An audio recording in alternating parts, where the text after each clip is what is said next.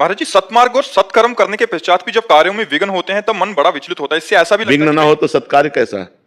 जिसमें विघ्न ना हो तो सत्कार्य कैसा? ये माया विघ्न डालेगी सत्कार्य में, और हम सत्कार्य करने वाले हैं, इसलिए हमको बहुत संघर्ष लड़ना पड़ेगा। सुबह रघुनाथ जी का राज्याभिषेक तय हो गया और शाम के ही 14 वर्ष का वनवास।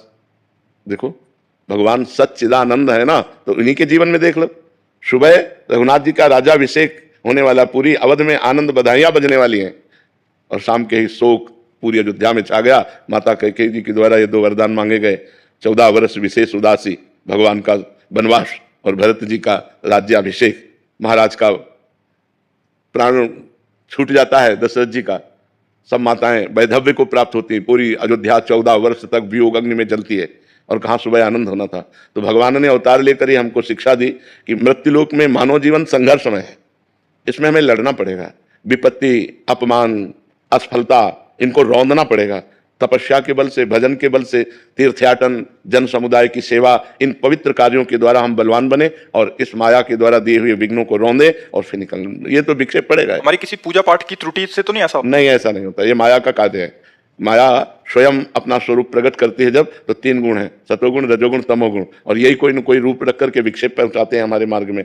तो हमको नाम जप के द्वारा, अध्यात्म के ज्ञान के द्वारा, उसके द्वारा पहुंचाए हुए विक्षेपों से आगे निकल जाना है। बड़े बड़े सिद्ध संतों के जीवन में विक्षेप हुए हैं, तो फिर अपने लोग तो साधारण जीव हैं। बड़े बड़े सिद्धों के जीवन में विक्षेप पहुंचे हैं, तो हमको चिंता नहीं करनी, हमें संघर्ष करना है। हमें हारना नहीं, निराश नहीं होना, उदास नहीं होना, और ये निश्चय रखना है इसी जन्म में हम माया पर विजय प्राप्त करके भगवान को प्राप्त करेंगे, क्योंकि हम भगवान की शरण में, भगवान का नाम जप करते हैं। ये निश्चय कभी बदलने ना पावे, ये निश्चय दृढ़ रहे, भगवान का भरोसा दृढ़ रहे और भगवान का नाम जब चलता रहे, आप विजय को ही प्राप्त होंगे।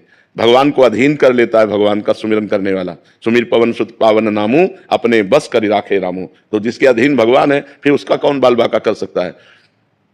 मुख में हो राम नाम, राम तेरे हाथ में, बंदे तू अकेला नहीं, राम तेरे साथ में। राम हाथ में हो जाते हैं तो अखिल कोटि ब्रह्मांड नायक भगवान तुम्हारे हाथ में हो जाएंगे यदि नाम जप करोगे। मुख में हो राम नाम, राम तेरे हाथ में, बंदे तू अकेला नहीं, राम तेरे साथ में। बस विधि का विधान जानी, हानि लाभ सहिए, जाहि विधि राखे राम, ताहि विधि। बड़ा आनंद का मार्ग है जी।